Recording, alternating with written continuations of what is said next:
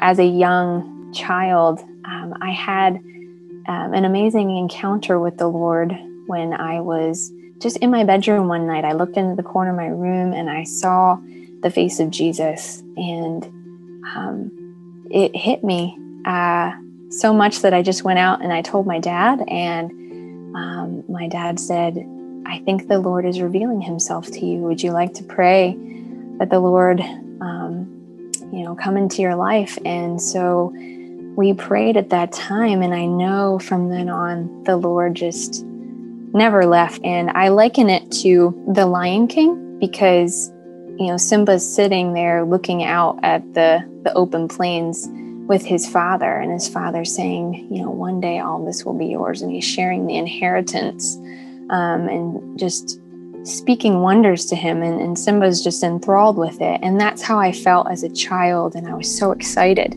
to be a part of that kingdom. And then it felt like life happened, and there was letdowns and wounds from people, but also culture and my own flesh and sin, things that got in the way. And it's kind of like what happened with Scar when he comes and he puts those lies in Simba's head about his own father and his life. And that's what it kind of felt like. And then I started just to live for things that weren't in line with what God had for me, living in his kingdom.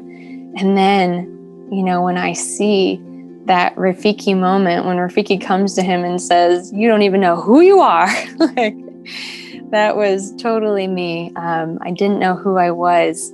And he took me on this amazing journey in the past couple of years of really just growing up and knowing and understanding who he is and who I am in Christ. And he led me to the water, and I could see, when I looked in that reflection, I could see him and I could see me, and that was my true identity. And, when Mufasa comes on the clouds and he tells him to remember who he is and instills, that he's his son, it's just a perfect representation for me about what God did to kind of call me out of my darkness and to return to him. And so I think my story is one of returning to my true King, my Father, and my first love.